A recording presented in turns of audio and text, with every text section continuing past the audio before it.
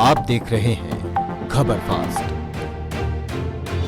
तेज खबर, पैनी नजर।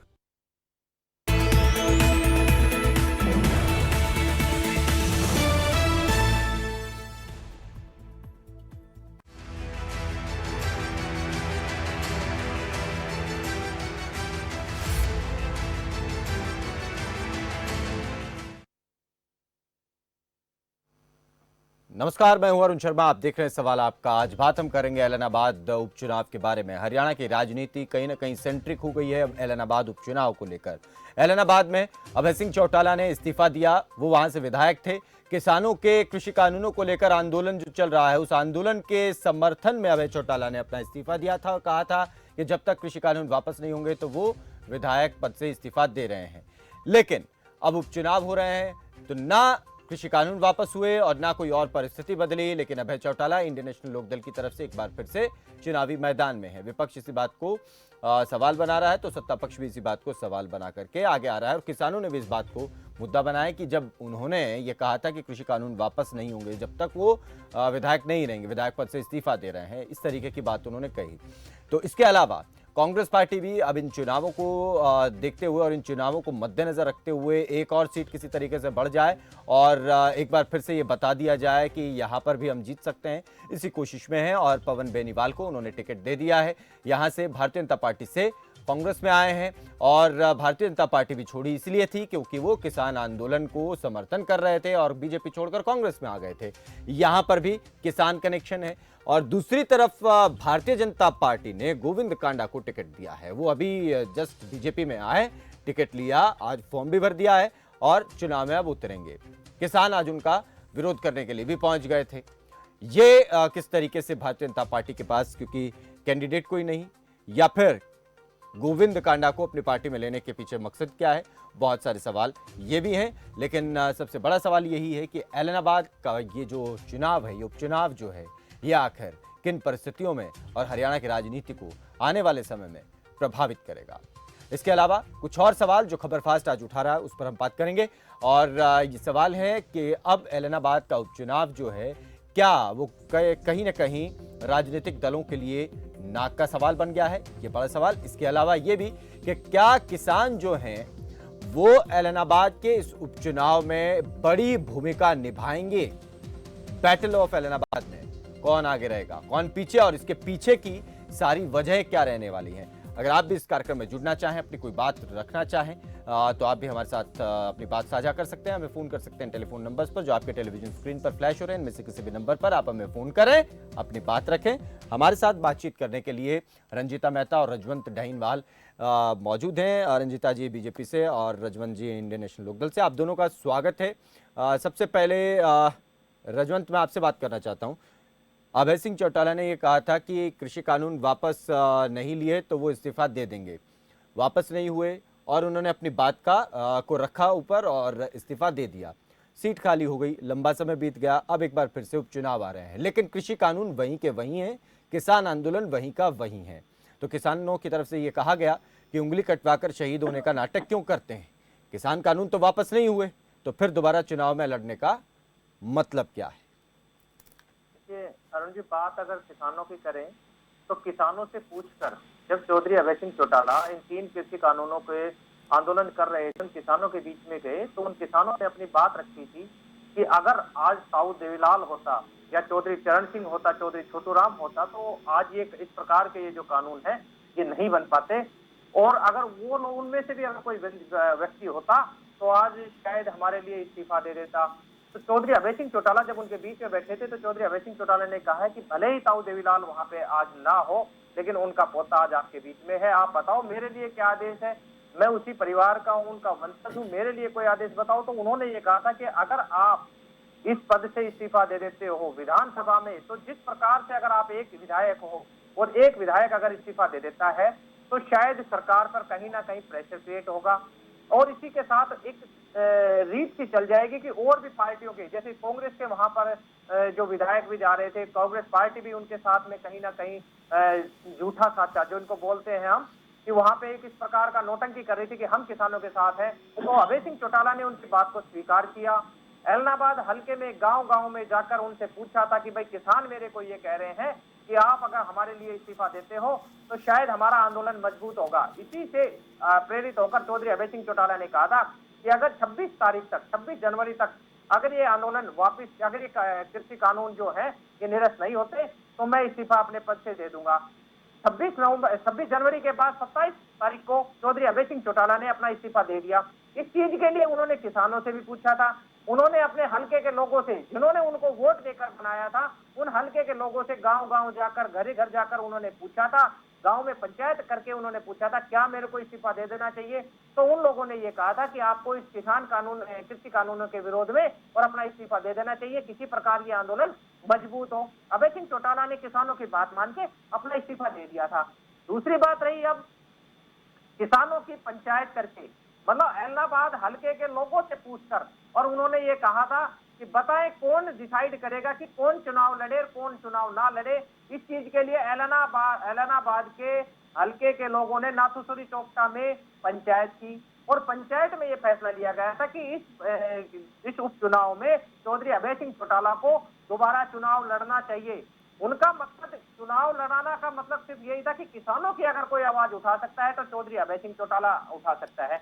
इसीलिए उन्होंने अब दोबारा पंचायत के फैसले के अनुसार और उन्होंने चुनाव लड़ने की अपनी बात कही थी। पंचायत की बात उन्होंने सर माथे रखते हुए चुनाव लड़ने नहीं की बात। तो वो खुद लड़ना चाहते थे, इसीलिए तो पंचायत बुलाई उन्होंने, खुद ही लड़ना चाहते थे वो चुनाव, ऐसी बात नहीं है। मैं बताता हूँ, वो जो पंचायत हुई थी वो एलनाबाद हल्के के लोगों ने पंचायत को बुलाया था और उस पंचायत में निर्णय हुआ था। नहीं, अभय चौटाला ने खुद ये बात कही थी, अभय चौटाला ने खुद ये बात कही थी कि हमारे कार्यकर्ताओं के फोन आए हैं जैसे ही ऐलान हुआ, और खबर फास्ट पर खास इंटरव्यू में उन्होंने ये बात कही और ये बताया कि जैसे ही ऐलान हुआ तो उनके हल्के के, उनके कार्यकर्ता, उनके लोग जो हैं वो उन्हें फ़ोन करने लगे कि बताएं क्या कैसे करना है। तो उन्होंने कहा कि रविवार की एक मीटिंग रख रहे हैं, इस मीटिंग में जिसके सिर पर जिम्मेदारी दी जाएगी वहीं फूल चढ़ा देंगे, ये बात उन्होंने कहा। थोपा नहीं जाएगा, ये प्रत्याशित थोपा नहीं जाएगा। बोला मैं खुद निर्णय नहीं ले सकता, जो रविवार की जो बैठक थी, नहीं खुद तो देखिए पार्टी में, देखिए लोकतंत्र में खुद तो लोकतंत्र, अगर पार्टी में लोकतंत्र है तो फिर खुद तो वो निर्णय ले ही नहीं सकते है ना, पार्टी मिलकर के निर्णय लेगी, है ना। अगर लोकतंत्र है, और अगर लोकतंत्र नहीं तो फिर खुद से फैसले लिए जा सकते हैं कि चुनाव किसको लड़ना है। अच्छा, एक बात उन्होंने और कही थी, मुझे याद है, जब ओपी चौटाला साहब जेल से रिहा हो रहे थे, उस बरी हो रहे थे जब, तो उस वक्त उन्होंने, या उससे कुछ समय पहले उन्होंने इस बात का जिक्र किया था कि एलनाबाद सीट जो है वो वो चौटाला साहब की है और मैं तो उनके एब्सेंस में यहाँ उनकी राजनीतिक विरासत को संभाल रहा हूँ, अब वो आ जाएंगे तो वो वही लड़ेंगे।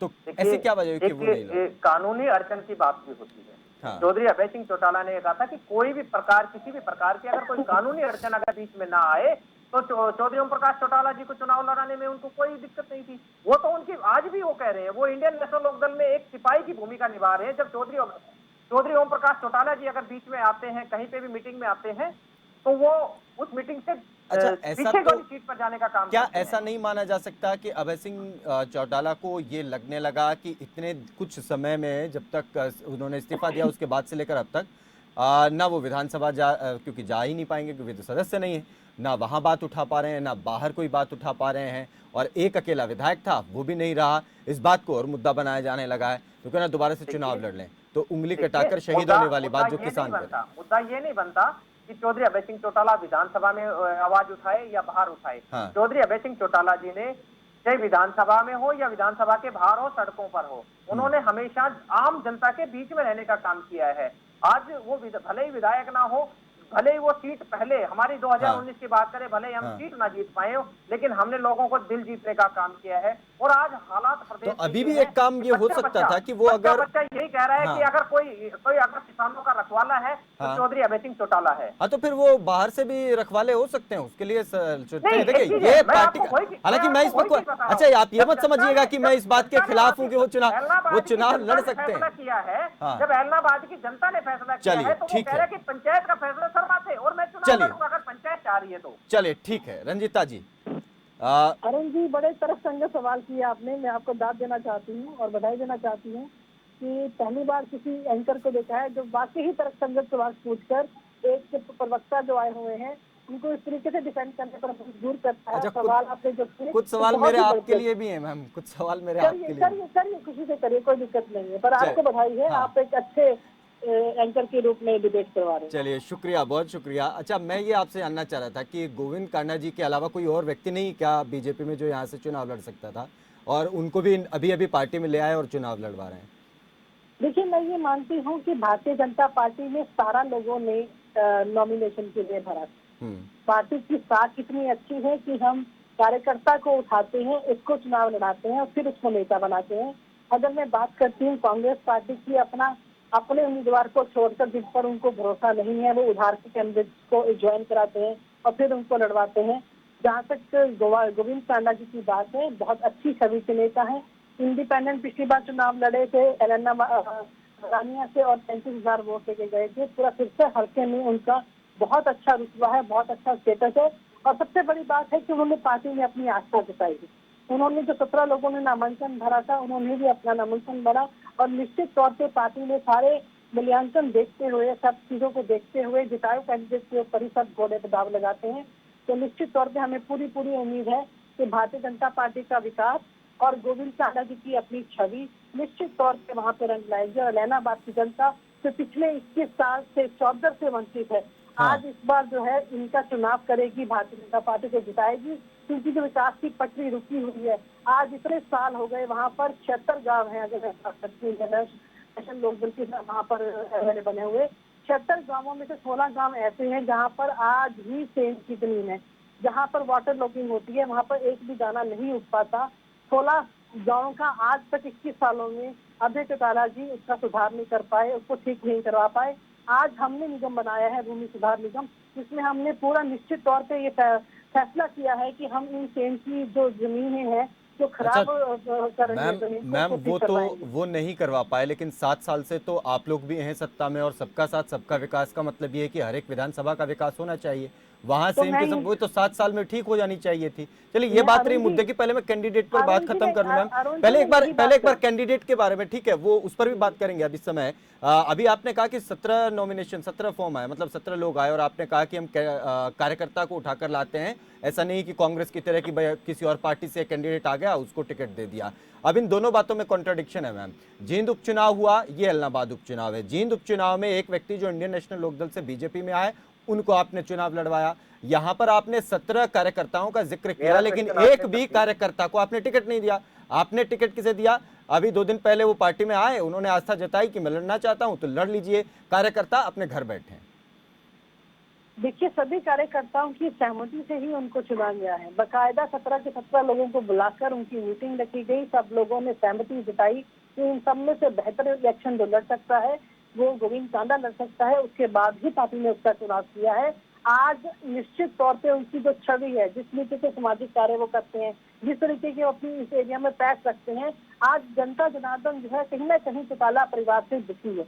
आप ये देखिए कि 21 साल हो गए, बार बार इस विधायक को चुनने के बावजूद ना कोई बड़ा अस्पताल, ना कोई बड़ा स्कूल, ना कोई बड़ा कॉलेज के कुछ भी इलाहाबाद की जनता को नहीं दे पाए।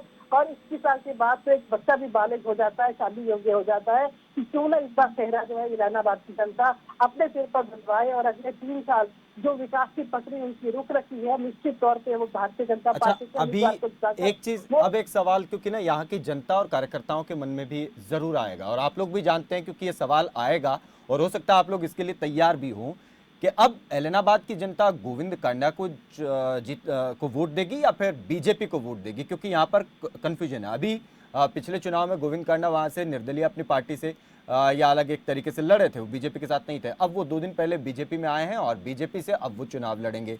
यहाँ ये कंफ्यूजन है, और क्योंकि ये भी समझने वाली बात है, जैसा आपने कहा कि भाई 17 के 17 कार्यकर्ताओं ने ये बात कही और सबको मनाया और बताया कि भाई हाँ, सबकी सहमति है, तब जा करके इनको टिकट दे रहे हैं। लेकिन ये बात जो है, ऐसा लगता है कि उनको मनाया गया, समझाया गया कि भाई आप मत लड़िए, यहाँ से इनको चुनाव लड़ने दीजिए, या फिर अरुण जी, कोई। ऐसी बात नहीं है। भारतीय जनता पार्टी के अंदर सर्वमत से सब चीजें की जाती हैं। लास्ट में फाइनल में 3 नाम थे हमारे पास, तीनों कैंडिडेट्स को बिठाया गया, उनकी आपसी रजामंदी की गई और सब लोगों ने ही इनके चेहरा बांधा और इनको टीका लगाया। वहाँ पे निश्चित तौर पे हमारे पास बहुत अच्छे कार्यकर्ता हैं। निताशा एक बहुत वहाँ पे अच्छी उम्मीदवार के रूप में थी, उन्होंने भी इनको अपना समर्थन दिया और निश्चित तौर पे पूरा कंधे से कंधा मिलाकर वो इलेक्शन में इनका साथ देंगी। अगर मैं वहाँ के जिला अध्यक्ष की बात करती हूँ, अबे जो आदित्य चौटाला है, वो निश्चित तौर पे कंधे से कंधा मिलाकर इनका साथ करेंगे।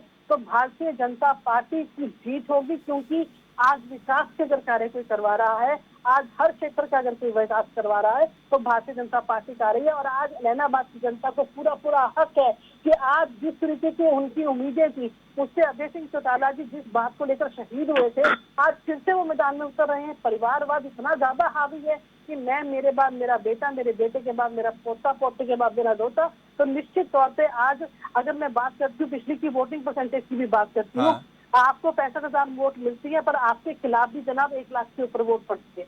तो आज जनता जनार्दन को फैसला करने दीजिए कि उनको अपना नेता कौन चाहिए। उनको आज हिस्सेदारी जो है सत्ता के अंदर चाहिए। अच्छा, उनको वहां का अब मैं अगले सवाल पर आता हूं। वो रजवंत जी, पहले आपसे वो ये है कि अभय सिंह चौटाला ने ये कहा कि एलनाबाद का जो ये उपचुनाव है, ये इस बात का सूचक रहेगा, इसमें कौन जीतेगा कौन हारेगा इस पर नहीं, उन्होंने कहा कि ये इस बात का सूचक रहेगा कि अगर, क्योंकि देखिए एलनाबाद में ज्यादातर का लगभग पूरा ही जो है वो ग्रामीण और देहाती क्षेत्र है, ज्यादातर लोगों की का काम जो वो खेती, और यहाँ के लोग केवल बारिश की पर आधारित ही खेती करते हैं, क्योंकि पानी यहाँ तक जाना आप भी जानते हैं राजस्थान से टच है, तो रेतीली जमीन ज्यादा है। ऐसे में उन्होंने कहा कि यहां से जो भी पार्टी जीतेगी वो ये तय कर देगी कि कृषि कानून सही हैं या गलत हैं। अब कैसे, फर्ज कीजिए कि बीजेपी यहां से जीतती है, तो कृषि कानून, किसान कृषि कानूनों को सही मानता है, ये मान लिया जाएगा और हम भी मानेंगे। अगर बीजेपी हारती है तो कृषि कानून, ये बात आपकी बात एक ही बता देता हूँ। आप ये कह रहे हो कि बीजेपी यहाँ से जीतती है, ये हो कैसे सकता है? बीजेपी नहीं, देखिए ना सर, ये तो कहीं से जीतते हैं ना सर, लोग कहीं से भी जीतते हैं, कोई बात थोड़ी है। नहीं, मैं आपको बता देता हूँ। आज ये नामांकन भरने के लिए गए थे, आज के हालात नहीं देखे आपने? हाँ, मात्र नामांकन में अगर चुनाव में, किसी भी चुनाव में अगर कोई एक व्यक्ति नाराज हो जाता है, तो उम्मीदवार के पसीने आ जाते हैं कि किसी न किसी प्रकार से एक व्यक्ति को या एक परिवार को मनाया जाए। आज यहाँ पे हजारों की संख्या में जो किसान नॉमिनेशन के दिन उनका विरोध करने पहुंच गए, तो फिर आप ये कैसे अंदाजा लगा सकते हैं कि ये लोग चुनाव जीत जाएंगे? नहीं, मैं अंदाजा नहीं लगा रहा हूँ, मैं ये कह रहा हूँ, मेरा सवाल ये रजवंत जी, मैं अंदाजा नहीं लगा, मैं ये क्या, मैं उनके कमेंट का रेफरेंस दे रहा हूँ, मैं उनके कमेंट का रेफरेंस दे रहा हूँ, मैं कोट कर रहा हूँ सर, मैं उनके एक बयान को कोट कर रहा हूँ, मैं उस पर प्रतिक्रिया। उन्होंने कहा कि यहाँ से बीजेपी जीतती है तो यानी इसका मतलब ये होगा कि किसान जो कृषि कानूनों के पक्ष में है, और अगर किसान कृषि कानून के पक्ष में नहीं है तो बीजेपी को करारी हार मिलेगी। उन्होंने ये बात कही है, इस पर था बिल्कुल आपकी चीज है, मैं यही चीज मैं बता रहा था। चौधरी अभय सिंह चौटाला जी ने भी ये बात कही थी कि यहाँ पे चौधरी अभय सिंह चौटाला चुनाव नहीं लड़ रहा, ये चुनाव किसान लड़ रहे हैं। और अगर जहाँ पे रजवंत जी उंगली के दागे क्यों शहीद होते हैं? अगर वाकई आप किसान प्रेमी हैं तो वही बोलिए। जब एक बात बताइए, एक चीज मेरे को यही चीज आपको मेरे को बता दीजिए, जब किसानों से पूछकर किसानों के कहने पर चौधरी अभय सिंह चौटाला ने इस्तीफा दिया है और किसानों के कहने पर वो दोबारा चुनाव लड़ रहे हैं, तो दूसरे लोगों को कैसे समझाएं कि ये क्या है? वही बात किसानों को जीतने की। अब मैं यहाँ पे अगर यहाँ पे चुनाव किसान जीतते हैं तो निश्चित तौर पर, चलिए बारी बारी से मुझे लगता है कि बारी बारी से यहाँ पे एक मिनट रंजीता जी, हाँ रजवंत जी पूरी कर लीजिए, रजवंत जी बात पूरी कर लीजिए जी।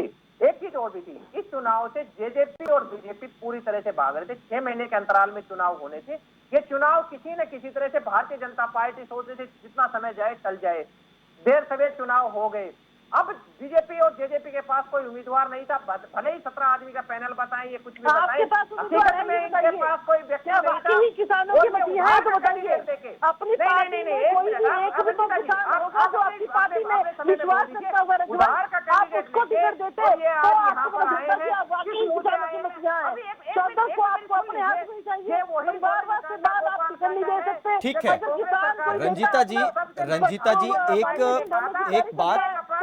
जी, एक बात यहाँ पर जरूर है, रंजीता जी एक बात यहाँ पर जरूर है, ठीक है, मैं रंजीता जी एक बात यहाँ पर जरूर है, जो अभी रजवंत जी ने बात कही वो यहाँ पर देखिए बात बिल्कुल सही है कि आज जब कैंडिडेट आपके फॉर्म भर रहे थे तो वहाँ किसानों ने विरोध किया है ना। दूसरी बात ये कि यहाँ इस क्षेत्र में लगभग सभी लोग खेती पर आधारित हैं, प्रत्यक्ष या अप्रत्यक्ष।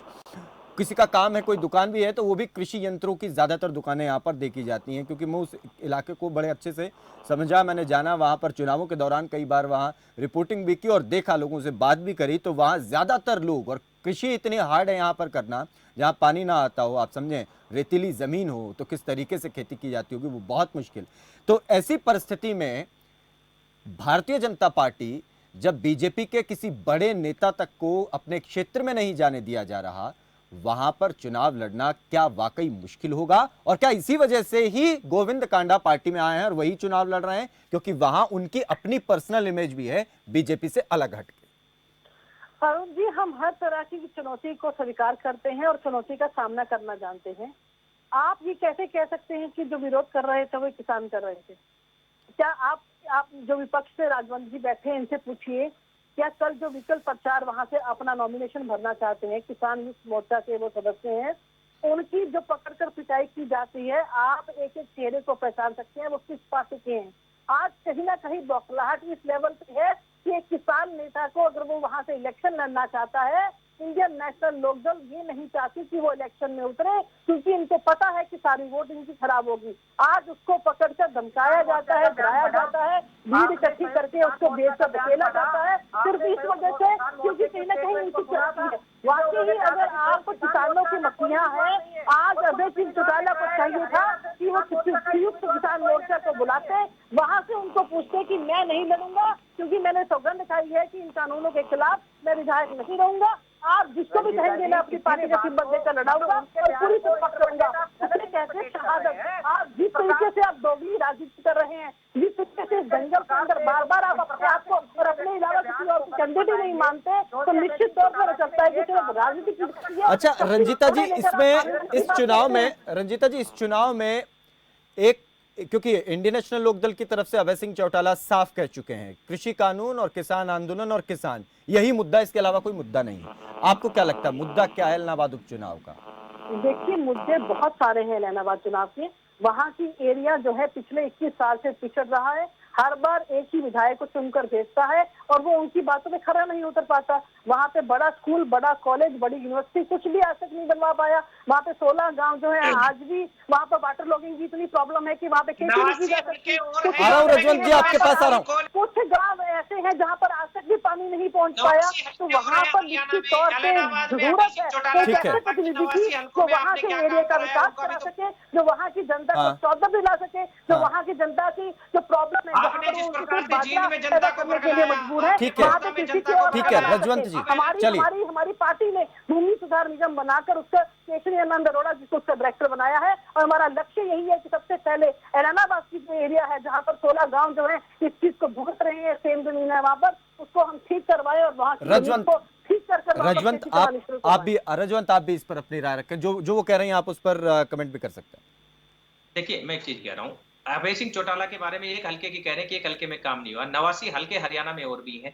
कितने कॉलेज, मेडिकल कॉलेज बनवा दिए। रजवंत जी, आप इस बात का जवाब दीजिए, पिछले 21 सालों से आपके नेता विधायक हैं, क्यों आप 16 वाटर लॉगिंग को प्रॉब्लम को नहीं, मैं देखिए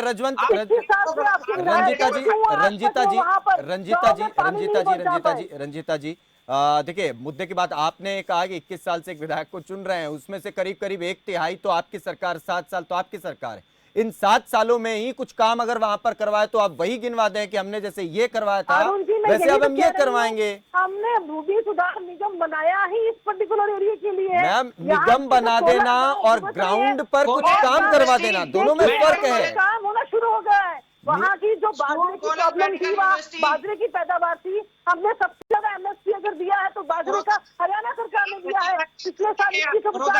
चलिए ठीक है, बारी बारी से फाइनल कमेंट बारी बारी से रजवंत, पहले आपसे फाइनल कमेंट। रजवंत, पहले आपसे, ये चुनाव किन मायनों में खास? देखिए, ये चुनाव खास मायने इसलिए है कि भारतीय जनता पार्टी और जेजेपी के पास कोई उम्मीदवार नहीं था। उधार का उम्मीदवार लेके और इन्होंने अपनी फजीयत होने से बचाने के लिए एक ऐसे उम्मीदवार को लेके आए हैं जिसके बारे में ये तो मानते हैं कि कैंडिडेट अच्छा है मैडम बात आपके पास भी आ रहा हूँ, आपके पास भी। चलिए आखिरी कमेंट रंजिता जी, आखिरी कमेंट आपका। रंजिता जी केवल 10 सेकंड में, ये चुनाव किन मायनों में खास रहेगा? रंजिता जी ये चुनाव किन मायनों में खास रहेगा? आखिरी कमेंट केवल 10 सेकंड। देखिए, निश्चित तौर पे हरियाणा की जनता, एलनाबाद की जनता विकास को चुनेगी, मोदी जी की नीतियों को चुनेगी और निश्चित तौर पे भारतीय जनता पार्टी का परचम वहां पर लहरेगा और वो भी सत्ता का सुख भोगेंगे। बहुत बहुत शुक्रिया आप दोनों का, रंजिता मेहता, अर्जुन डाइनवाला, आप दोनों का बहुत शुक्रिया अपना अपना पक्ष रखने के लिए। एलनाबाद का उपचुनाव एक बैटल से कम नहीं होने वाला है। किसान यहाँ बेहद महत्वपूर्ण भूमिका रखेगा क्योंकि पूरा क्षेत्र जो है कृषि पर आधारित है। लगभग सभी गांव है, इसमें एक छोटा कस्बा एलनाबाद का जो पहले कभी गांव हुआ करता था, अब धीरे धीरे कस्बे का स्वरूप वो ले चुका है। वहीं पर कुछ हिस्से में ही शहरी आबादी रहती है, बाकी सब गांव देहात के लोग वहां पर हैं। तो ऐसे में वो फैसला करेंगे, जो अभय सिंह चौटाला कह रहे हैं कि अगर तो वो बीजेपी के को जिताते हैं, बीजेपी के कैंडिडेट को जिताते हैं, तो यानी कि वो कृषि कानूनों के समर्थन में है, और अगर वो बीजेपी को नहीं जिताते हैं तो कृषि कानूनों के विरोध में है। यहां से ये फैसला हो जाएगा। क्या वाकई ये फैसला होगा, देखना होगा। अब कल कांग्रेस पार्टी और इनेलो भी अपने कैंडिडेट्स के फॉर्म भरवाने जा रहे हैं। चुनाव पर पूरी नजर हमारी है, बारीकी से पूरी अपडेट और पूरा का पूरा कवरेज आप तक पहुंचाते रहेंगे। दीजिए इजाजत, नमस्कार।